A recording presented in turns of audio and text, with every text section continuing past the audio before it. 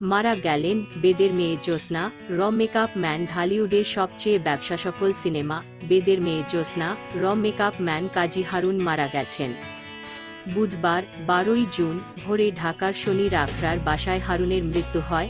সংবাদ মাধ্যমে এ তথ্য নিশ্চিত করেছেন ফিল্ম মেকআপম্যান সমিতির সাধারণ সম্পাদক মানিক মিয়া।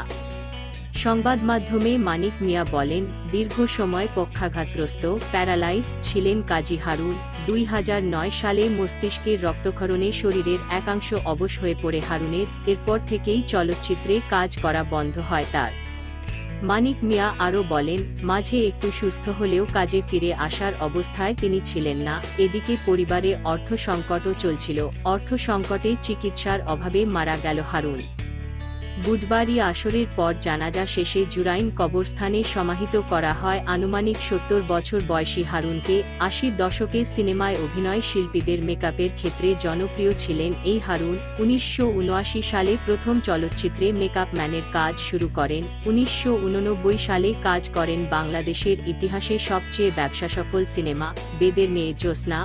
1994 সালে মুক্তি পাওয়া হৃদয় থেকে হৃদয় সিনেমার জন্য সেরা মেকআপ ম্যান হিসেবে জাতীয় চলচ্চিত্র পুরস্কার পান তিনি।